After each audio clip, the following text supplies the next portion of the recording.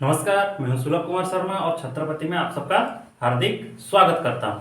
Previous class में हम लोग क्या किए थे, एनसीईआरटी के जो क्लास 10 है उसका 3.3 एक्सरसाइज कर रहे थे। एक क्वेश्चन जो इंपॉर्टेंट था जो हम लोग नहीं किए वो था क्वेश्चन नंबर 6। ठीक है, इसमें ये बोल रहा है जब 5 ईयर हेंस, हेंस मतलब होता है आगे, the age of Jacob will be 3 time that of his son. देखिए दो आदमी हैं, एक है जैकब और एक है उसका सन। तो लेट इन दोनों का प्रेजेंट एज है x और इसका एज है y। प्रेजेंट एज मान लीजिए, लेट प्रेजेंट एज, ये भी सेम है प्रेजेंट एज।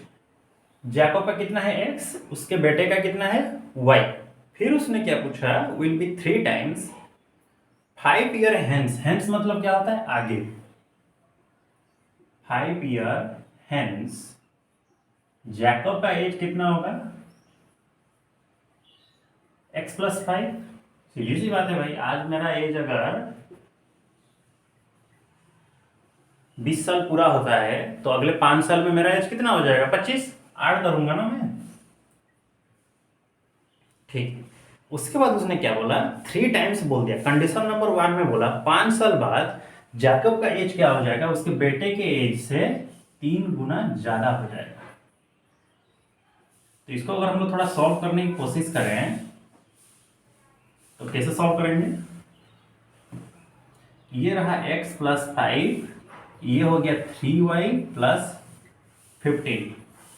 तो x minus 3y equal to 15 minus 5।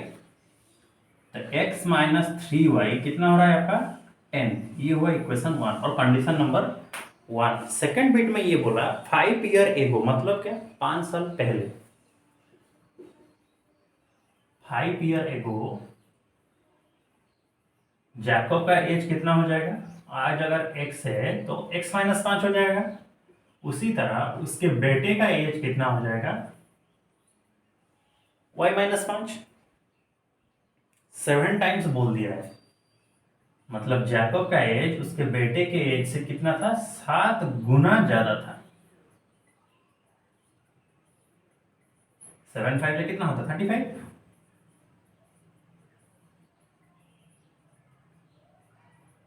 Plus 5 है, साइड चेंज हो जाएगा तो क्या होगा, माइनस 5। ये हुआ इक्वेशन 2।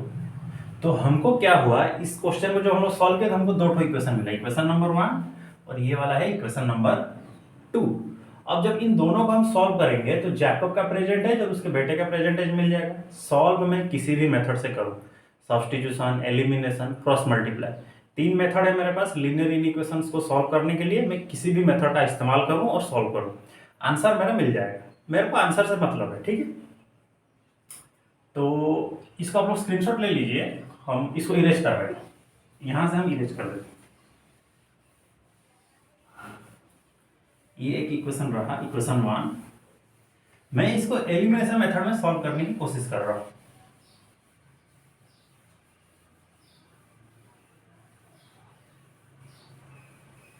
ठीक है, देखिए ये इक्वेशन 1 है, ये इक्वेशन 2 है।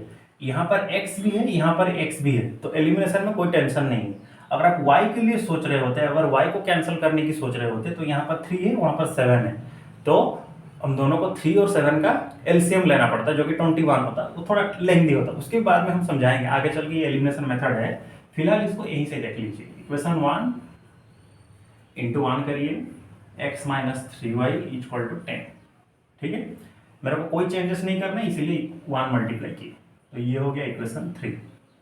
फिर आता है इक्वेशन 2, फिर 1, x माइनस 7y माइनस 13, ये हुआ इक्वेशन 4।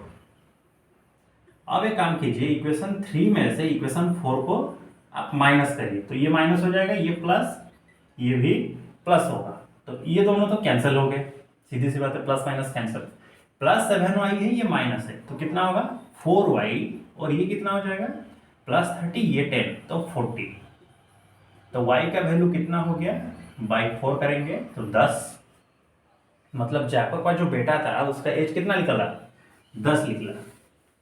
अब ये जो y का वैल्यू है मैं कहीं भी इक्वेशन में अप्लाई कर दूं, ठीक है। इक्वेशन 1 जो मेरा निकला था उसमें अप्लाई करने से भी मेरे को x का वैल्यू मिल जाएगा, नहीं तो इक्वेशन 2 जो है इसमें अप्लाई करने से भी मेरे को x का वैल्यू मिल जाएगा। जो मेरे लिए सुविधाजनक होगा मैं उसी चीज में इसका प्रयोग करूंगा। y का जो वैल्यू है 3 × 10 = 10, सो x = कितना हुआ 3 प्लस नहीं 10 प्लस 30 = 40 ईयर्स। ये ईयर्स तो जैकब का एज कितना हो गया, बाप जो था बेटा बड़ा ही रहेगा हमेशा, छोटा तो होगा नहीं कभी बाप, तो 40 ईयर्स, और उसका जो बेटा था जैक सन जो था उसका एज कितना हो गया 10 ईयर्स, सॉरी जैकब का एज हो गया 40 ईयर्स और उसके बेटे का एज हो गया 10 ईयर्स। इसको आप लोग नोट कर लीजिए, फिर हम लोग नेक्स्ट पढ़ेंगे। एक्सरसाइज 3.4 में क्या दिया है इसी का, जे हमको इक्वेशंस तो सॉल्व करना है, लीनियर इक्वेशंस को सॉल्व करना है, लेकिन 2-3 मेथड्स में सॉल्व करना है। एक होगा सब्स्टिट्यूशन, दूसरा होगा एलिमिनेशन। देखिए सब्स्टिट्यूशन एलिमिनेशन तो अभी हम थोड़ा बहुत समझा दिए, आप लोगों को समझ जाएंगे, लेकिन सब्स्टिट्यूशन जो होता है वो थोड़ा टेढ़ा होता है। देखिए solve the following pair of linear equation by elimination method, बोला इसको एलिमिनेशन मेथड में सॉल्व करिए और सब्स्टिट्यूशन मेथड में सॉल्व करिए। नंबर 1 को देखिए, इक्वेशन में क्या लिखा है x + y = कितना 5 है, और इक्वेशन जो 2 है वो क्या लिखा है 2x - 3y = कितना है 4 है, हम 3 लिखें, ठीक है। 2x - 3y = 4 एक है और x + y = 5 है। एक काम करिए, हम लोग कौन सा मेथड अप्लाई कर रहे हैं, सब्स्टिट्यूशन पहले, ठीक है। लिखिए यहाँ पे सब्स्टिट्यूशन, तो ये हो गया इक्वेशन 1, इसको आप पढ़ लीजिए इक्वेशन 2, ठीक है। फिर आप क्या करिए, x + y अगर 5 होता है फ्रॉम इक्वेशन 1 लिखिए यहाँ पे, फ्रॉम इक्वेशन 1 से हमको क्या मिलेगा y का वैल्यू चाहिए, तो y = कितना हो गया 5 - x। अब ये हो गया इक्वेशन 3। अब इसको लेकर इक्वेशन 2 में पुट करिए,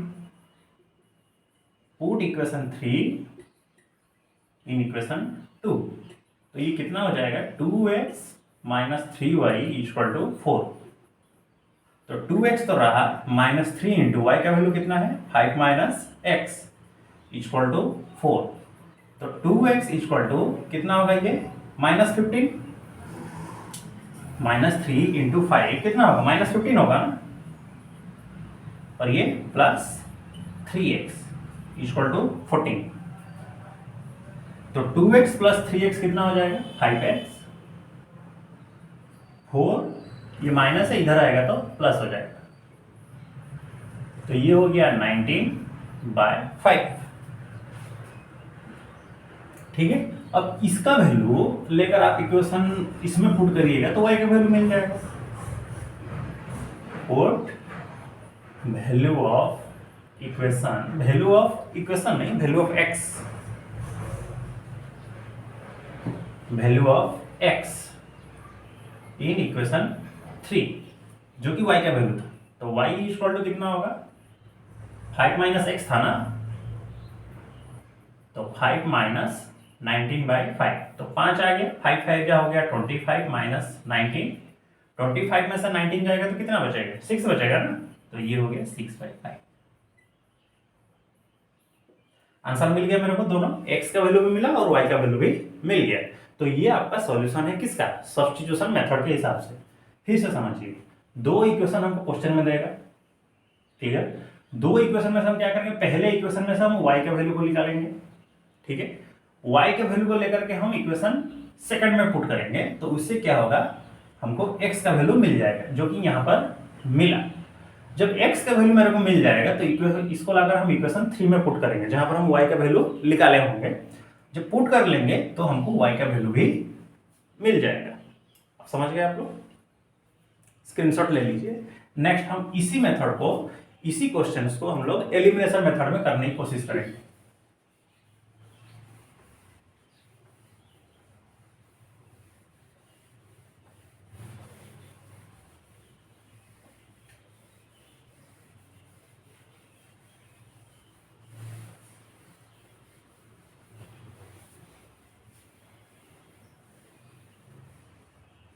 इसको इरेज करिए और इसको भी हटाइए।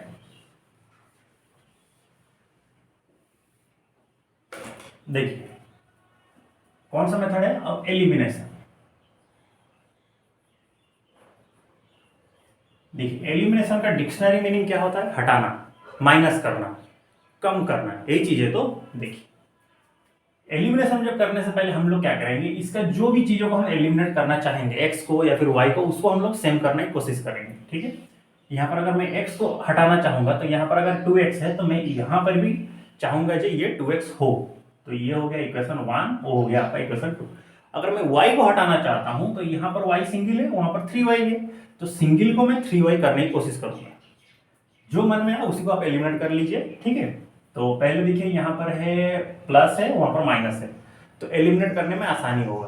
तो हम क्या करेंगे, y को हटाएंगे, तो इक्वेशन 1 इंटू 3, तो कितना होगा ये 3x plus 3y equal to 15, ये हो गया इक्वेशन 3। फिर इक्वेशन 2 में हमको किसी चीज को नहीं हटाना है, वो तो सेम सेम है भाई, ये 3 है, ये 3 हम कर दिए, तो यहाँ पर कुछ नहीं करना है, तो 1 मल्टीप्लाई करेंगे, तो 2x minus 3y equal to 4, तो ये अब हो गया चेंज होकर के इक्वेशन 4। अब देखिए क्या करना है, अब यहाँ पर माइनस करना है या एडिशन करना है, ये हमको सोच कर करना है। मैं चाहता था y को हटाने के लिए, ठीक है, तो y कैसे हटेंगे, मतलब कैसे कैंसिल हो जाएंगे, एक का साइन अगर प्लस होगा, दूसरे का साइन अगर माइनस होता है तो ही कैंसिल हो सकते हैं ना। तो यहाँ पर ऑलरेडी ऊपर वाले का साइन प्लस में है, नीचे वाले का साइन माइनस में है, तो हमको माइनस करने की जरूरत तो है नहीं। हम क्या करेंगे, दोनों इक्वेशन को ऐड कर देंगे। ठीक है, अगर इसका साइन प्लस होता, इसका साइन भी प्लस होता, तो उस केस में मैं माइनस करता, या फिर ऊपर वाले का साइन नेगेटिव, नीचे वाले का साइन नेगेटिव होता, तो मैं माइनस करता, जिसके वजह से क्या होता, एक प्लस हो जाता और दूसरा माइनस हो जाता और कैंसिल हो जाता। यूं कि पहले से ही ये लोग एक प्लस में है और दूसरा माइनस में है, तो मेरे को अब फिर से नेगेटिव करने की जरूरत नहीं है, ऐड कर दूंगा तो वैसे ही हट जाएंगे। तो यहां पर मैंने इसलिए क्या किया, प्लस ले लिया।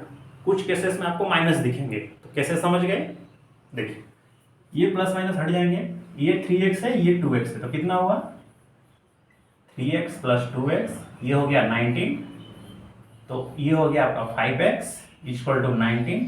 x का वैल्यू कितना होगा 19/5।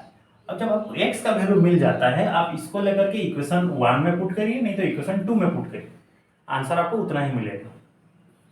मैं इक्वेशन 1 में पुट करता हूँ। जब पुट करिएगा आप अपने हिसाब से पुट करिएगा, जो आपको आसान लगे, कन्वेंशनल हो आपके लिए। ठीक है, आंसर जैसे आप जल्दी से जल्दी निकाल सकें, बहादुरी दिखा करके नहीं इसमें हम कर लेते हैं, वो काम मत करिएगा। ठीक है, जो आपको आसान लगे उसी में आप वैल्यू पुट करिए, दोनों इक्वेशन में से जो आपको आसान लगे। ये हुआ 19/5 प्लस y इक्वल टू 5, तो सिर्फ y इक्वल टू 5 माइनस 19/5, तो y का वैल्यू कितना हो जाएगा, यहाँ पर 5 आपका एलसीएम हो गया, तो दिस विल बी 25 माइनस 9 19, तो ये हो गया 6/5। देखिए आंसर सेम सेम लिख लेंगे, नहीं आंसर आपका सही लिख लेगा। आप कोई भी मेथड का इस्तेमाल करिए, substitution, elimination, cross multiplication. Substitution elimination तो आज हम लोग खत्म कर ली, क्रॉस मल्टीप्लिकेशन जो है हम लोग आगे क्लास में पढ़ेंगे। कोई भी मेथड आप इस्तेमाल करिए, एक्स और वाई का वैल्यू आपका हमेशा सही लिख लेगा। ठीक है, सब्स्टिट्यूशन में भी उतना ही लिख लेगा, एलिमिनेशन में भी उतना लिख लेगा, क्रॉस मल्टीप्लाई में भी उतना लिख लेगा, आंसर किसी का गलत नहीं होगा। आप इसको नोट कर लीजिए, नहीं तो स्क्रीनशॉट ले लीजिए, आसानी रहेगा, फिर बाद में आप इसको कॉपी में नोट कर लीजिएगा। आज तक हम यही 3 मैथ को खत्म करके रखते हैं, नेक्स्ट क्लास में इसके आगे जो मैथ होंगे उसको हम लोग पढ़ेंगे। तब तक आप लोग प्रैक्टिस करते रहिए और एग्जाम की तैयारी करते रहिए। उसमें कोई कंपटीशन, उसमें कोई कमी नहीं करनी है। कंपटीशन का ज़माना है, आपको कम्पीट करने के लिए आपका दोस्त पीछे खड़ा हुआ है। आप जैसे पीछे हटेंगे या फिर आप जैसे ही स्लो होंगे, वो आपको ओवरटेक करके चला जाएगा। तो आप उस चीज़ को ध्यान में रखिए और प्रैक्टिस जम के करिए। कोई भी अगर डाउट है, किसी भी तरह का डाउट्स है, तो आप चाहे तो क्वेश्चन को हमको कमेंट कर सकते हैं, नहीं तो पेपर नंबर लिख सकते हैं, सर इस बुक का इस पेपर नंबर का ये वाला क्वेश्चन मेरा डाउट है, ये मैं यहाँ पर नहीं समझ पा रहा हूँ, मैं आपको यहाँ पर समझा दूंगा। कोई टेंशन नहीं, कोई प्रॉब्लम नहीं, सिर्फ आप पढ़ाई करिए, आपका और दूसरा कोई काम नहीं है और पढ़ाई में ही आपको ध्यान लगाना है। बहुत कम दिन बच गए एग्जाम्स के लिए। ठीक है, तो हम लोग अगले वीडियो में मिलेंगे, तब तक के लिए सी यू नेक्स्ट। अपना ख्याल रखिए और जय हिंद।